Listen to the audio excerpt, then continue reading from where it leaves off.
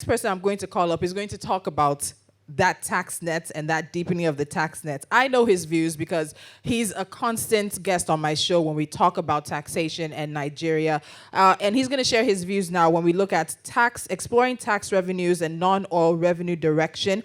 It's my pleasure and very much an honor. This is the first time I've gotten to do this for him, and I'm very happy and honored to be able to do that. And I think we all need to open our ears and listen.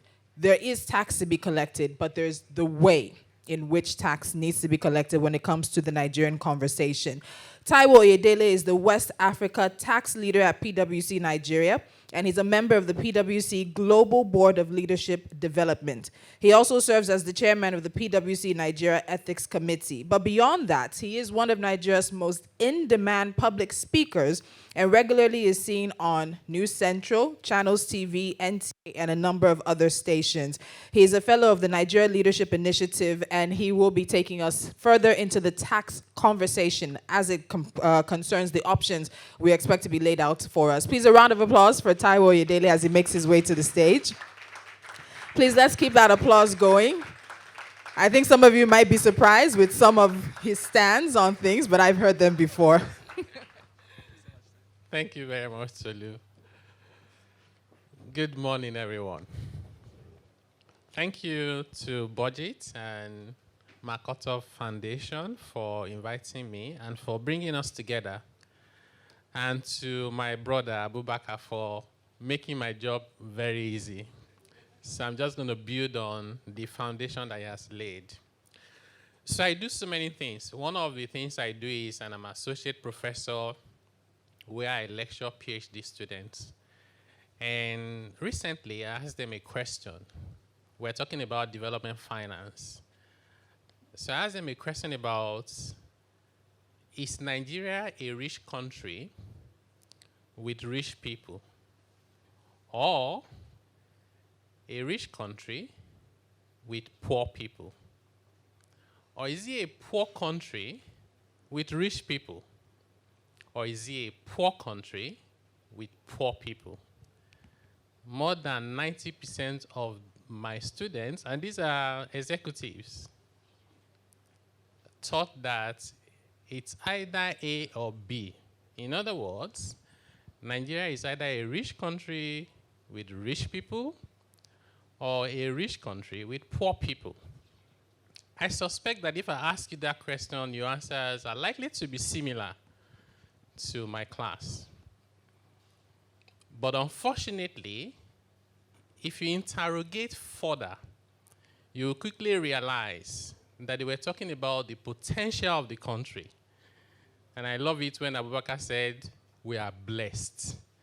Unfortunately, that blessing, you can't use it to buy food. You can't use it to pay your rent because it's not real. You have the resources on the ground. You can't spend it. So based on data, sentiments apart, the reality is that Nigeria is a poor country with loads of very poor people. That is our reality, but it doesn't have to be that way. So I want to start by looking at the context, exploring tax reforms and non-oil revenue direction.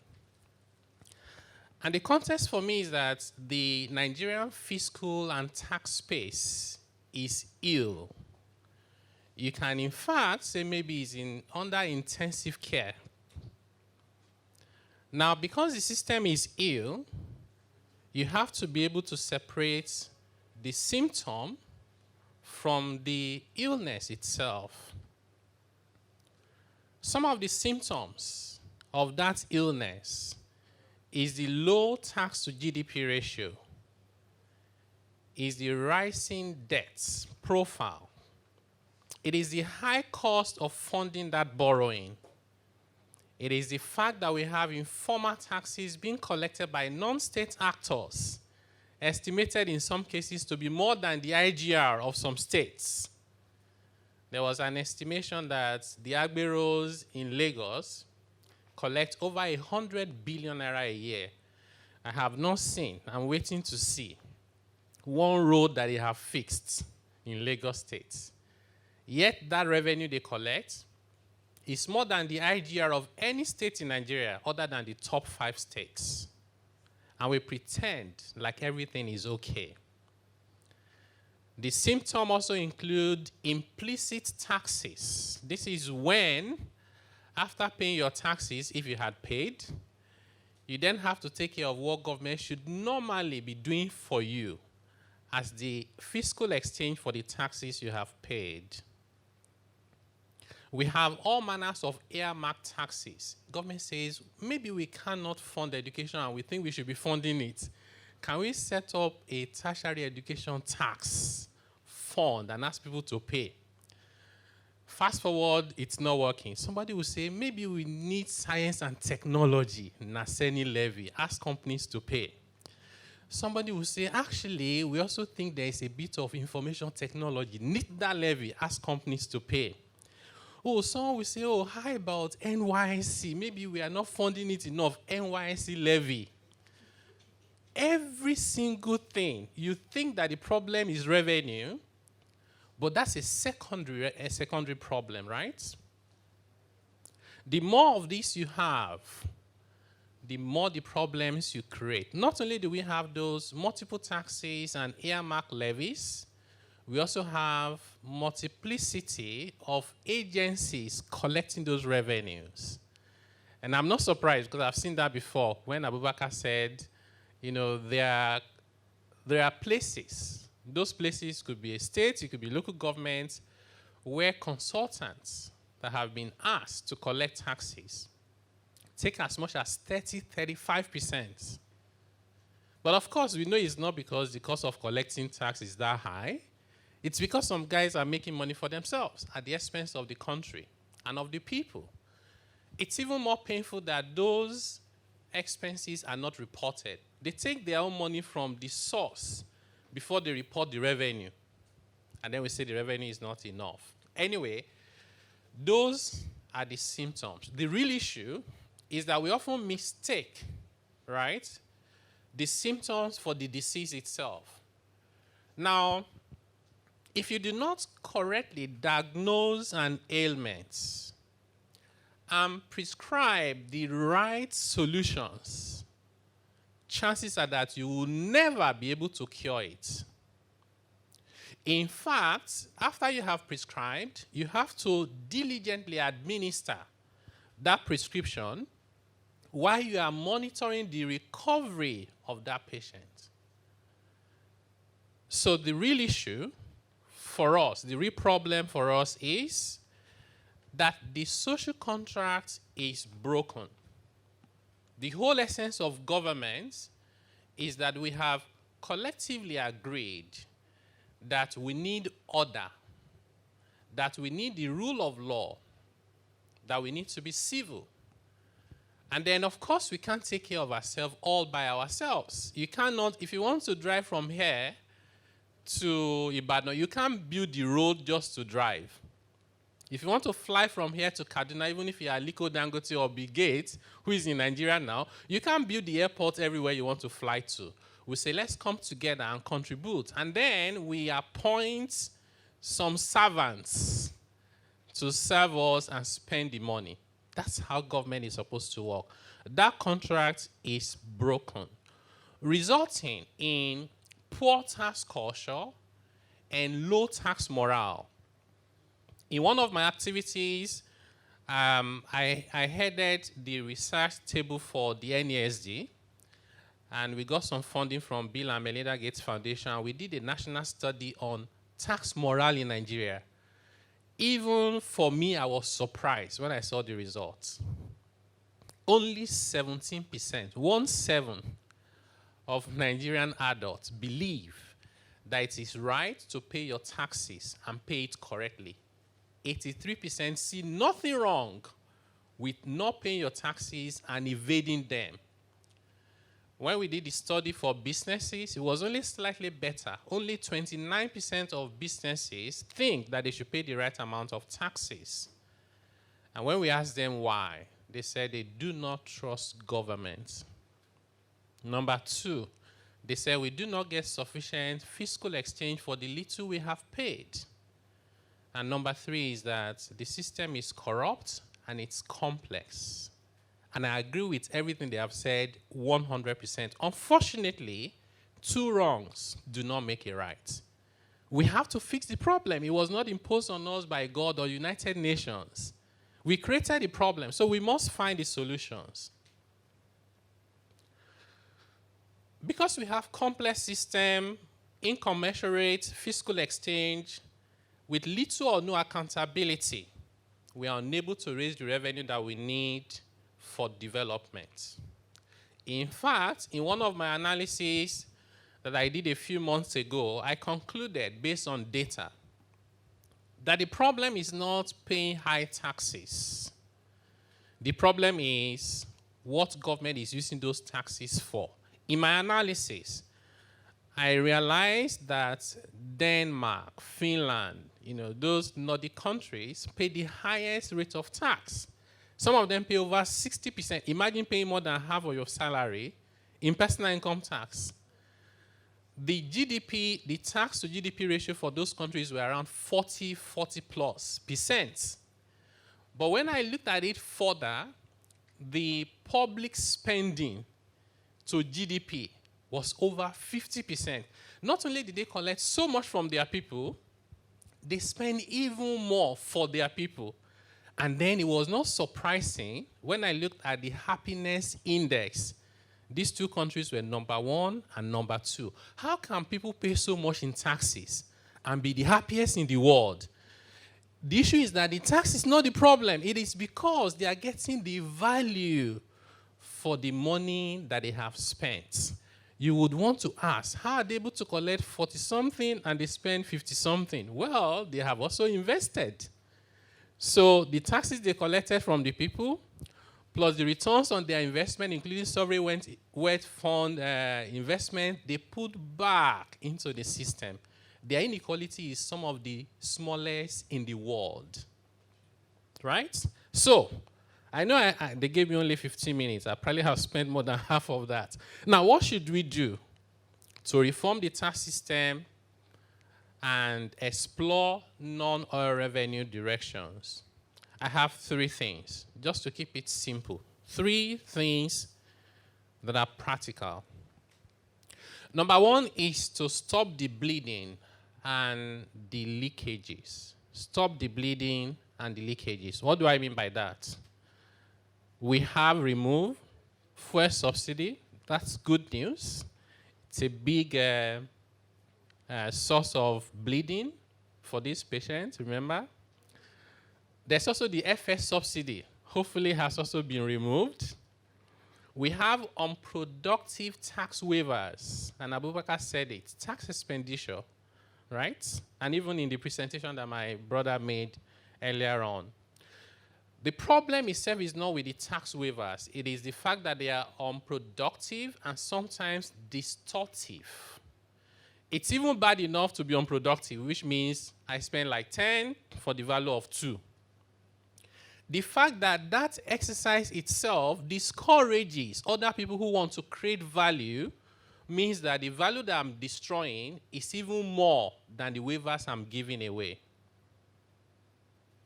We have wasteful interventions. Thank God some of them have been taken away, like RT200, like dollar for naira or naira for dollar. What does that even mean? I have to buy FX at the parallel market rates for my inputs. I manage to export. You say, by the way, I must bring my dollar back and give it to the government so that they can recognize that 460. Of course, I will refuse to bring it back. You say, okay, you know what? If only you can just bring it back, we'll give you an extra 16 naira. It still does not make sense. And then to add insult upon the injury, the central bank will now tell us at a conference or public events or press briefing that because of this, their initiative and intervention, on which they have spent hundreds of billions of naira, now some people have brought back their FX. It is painful, because you know what you are doing is wrong. and you paint it like you are the messiah for Nigeria, and then government will even give you a national award for creating so much damage to the system.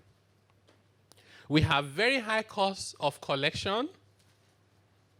We have contract inflation. You know that it's surprising when you sometimes see people in government, all the way to the president. I haven't seen this president complain like that, but President Buhari did it a lot. He will come and complain about MDAs not complying. I say, is it me that's supposed to fix it? The reason why you're the president is you have the powers, fix the problem. There's something called firing. You sack people, right? And you owe them zero explanation. In fact, you sack them and pick them up quickly. If I'm Nigerian, if I'm Nigerian for one day, that's one day all MDAs will over-comply. It's not your money, right? You don't own it. Now, in fact, until you address that leadership by example, government itself has to lead the way.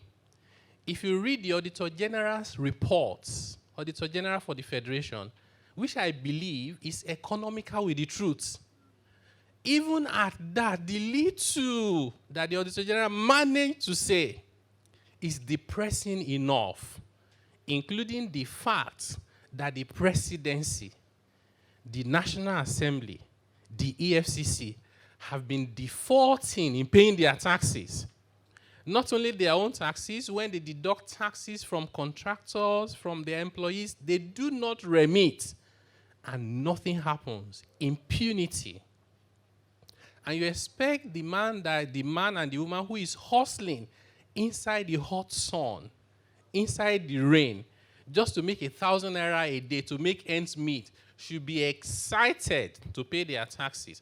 Of course, we should not be surprised that the tax morale is low.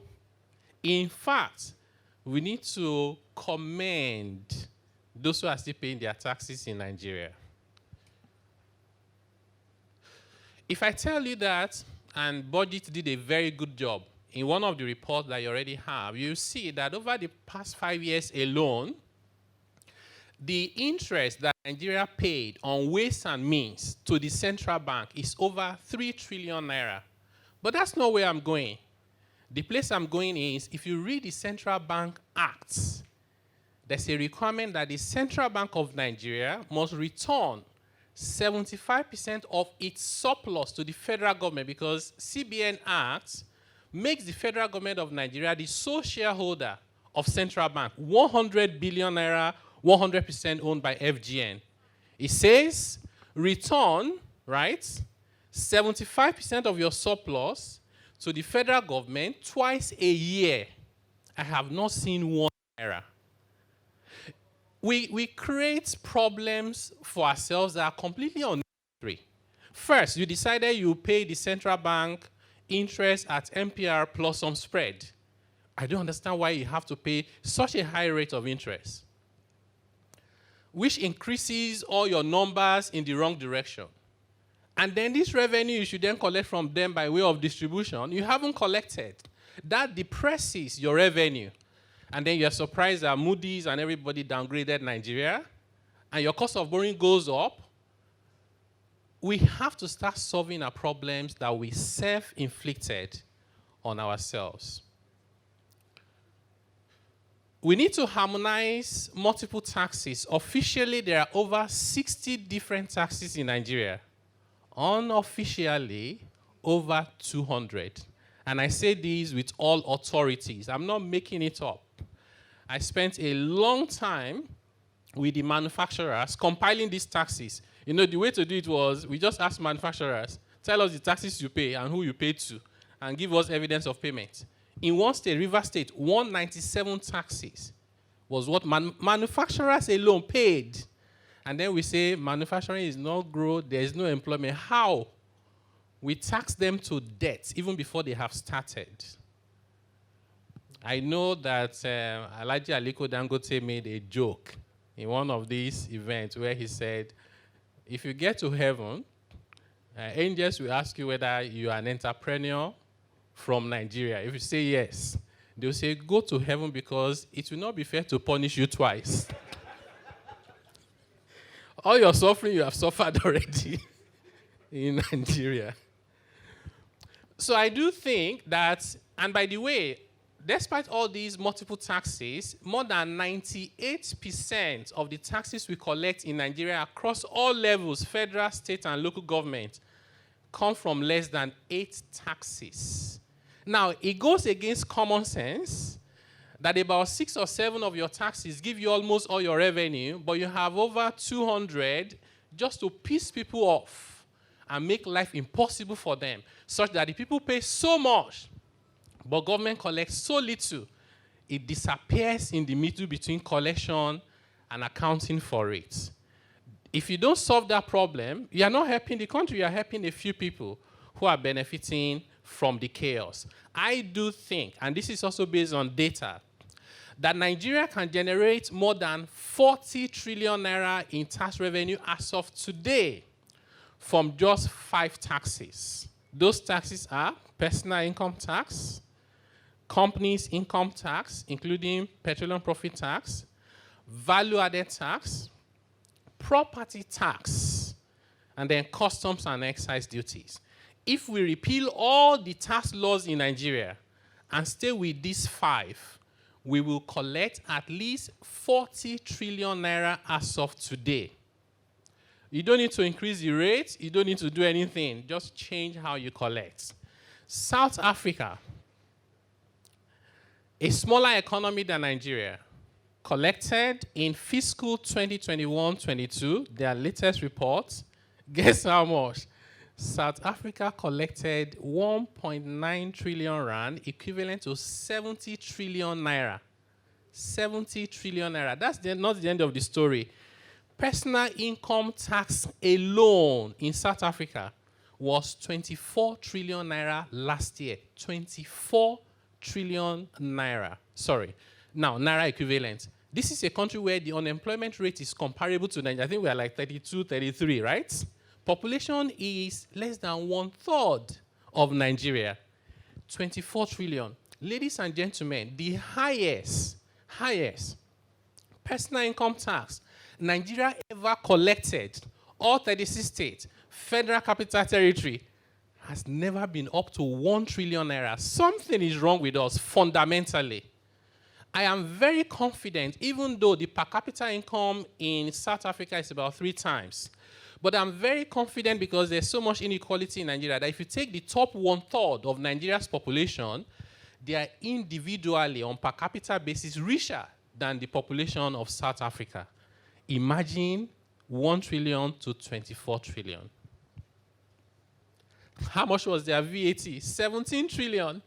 Nigeria was celebrating 2.5 trillion as record-breaking.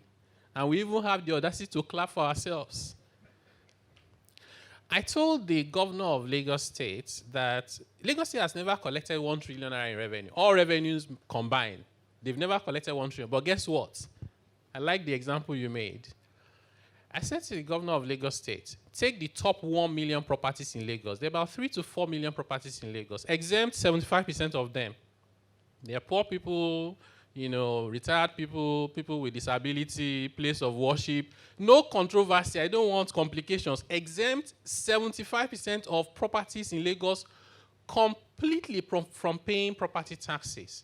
Focus on the top 1 million. I am certain that individually, on the average, right? On the average, one of those 1 million property will be worth at least 100 million naira.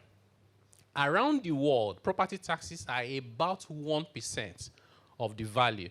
If you do 1% of 1 million property worth 100 million naira, that's 1 trillion easy money for Lagos State.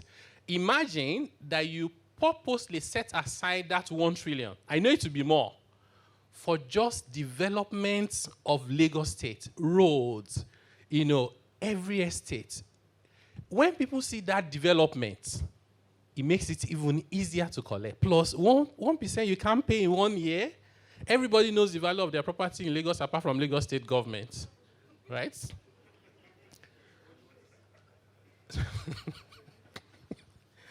Well, I use South Africa as an example. I thought maybe I shouldn't stay with only South Africa. I've decided not to use America and the UK because you say I'm dreaming inside another dream. You know, they say there's a way you have to wake up twice. I dreamed that I was dreaming.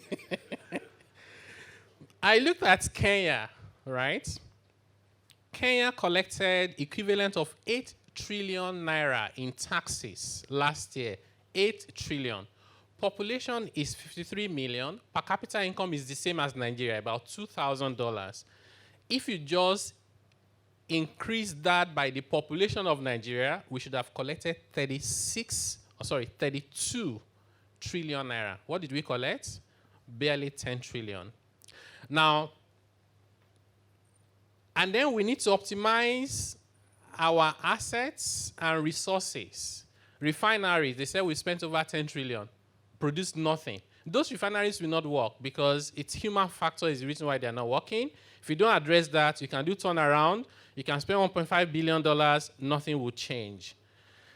NNPC, I looked at Saudi Aramco. They made profit that if you convert to Naira, it will be close to the quadrillion that you were trying to wrap your head around. These guys made over $160 billion in profit and dividend to government. One company, right? Owned by government, but run with a private sector mentality.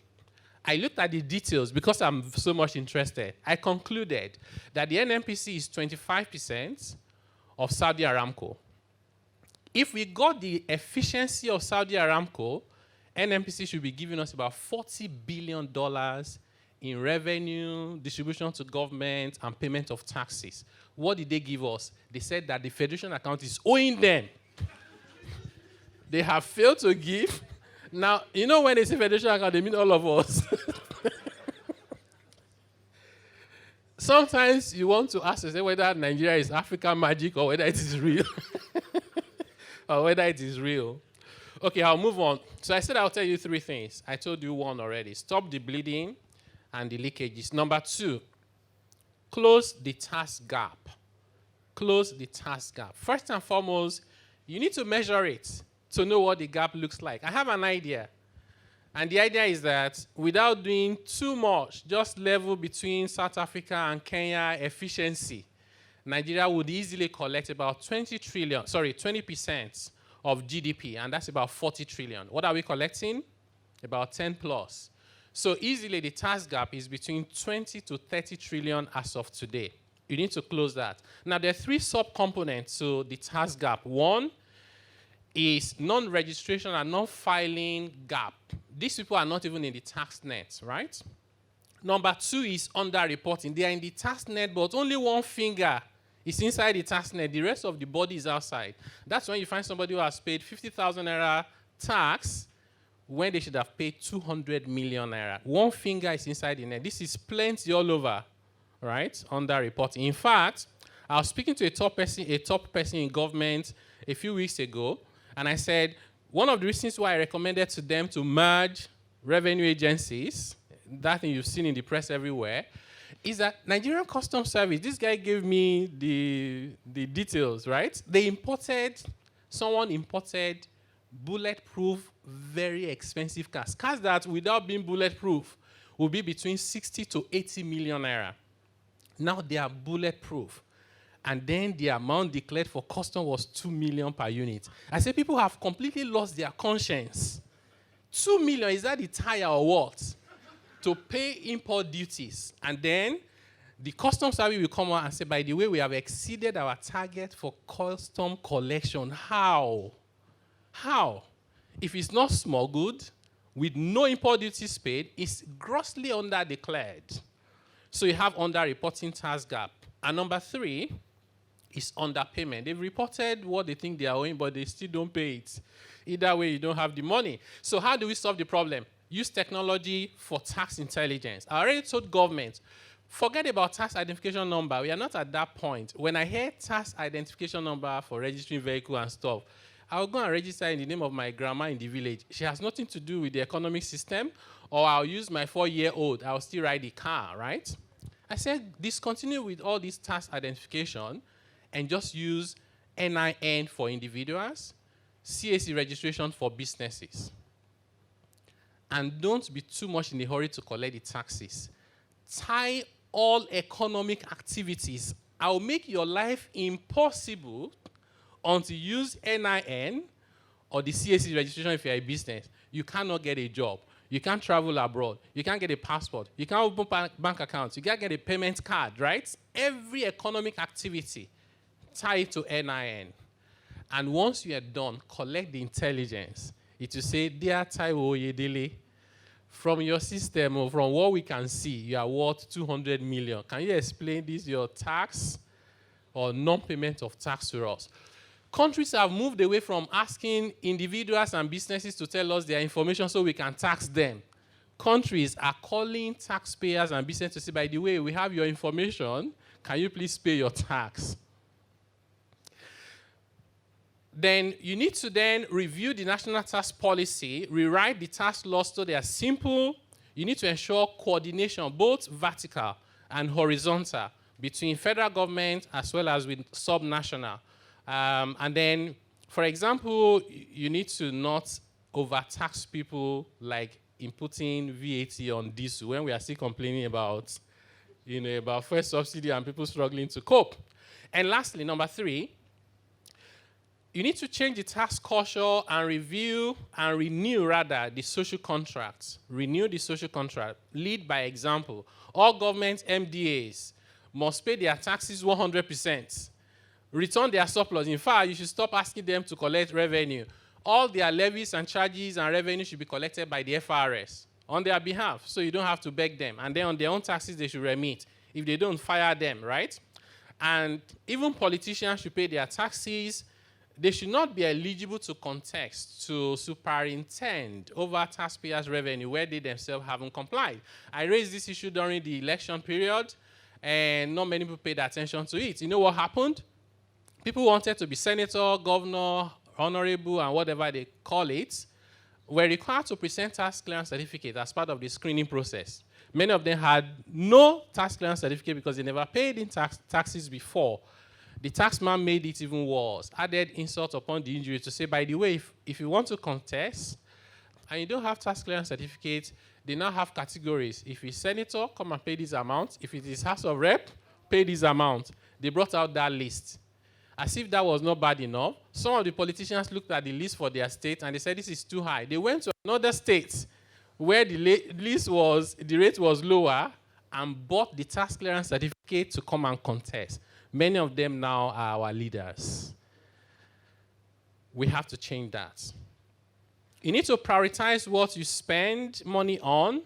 Particularly, you cannot have 133 million multidimensionally poor people and then you prioritize luxury. You need to take care of them and be transparent and accountable. So I'll close by sharing the quote by Winston Churchill that says, for a nation to try to tax itself into prosperity, it's like a man standing in a bucket and trying to lift himself up by the handle. That's impossible, isn't it? What we need to do is to reform the tax system, provide the enabling environment for sustainable growth, and revenue would naturally follow. Thank you very much for paying attention to me.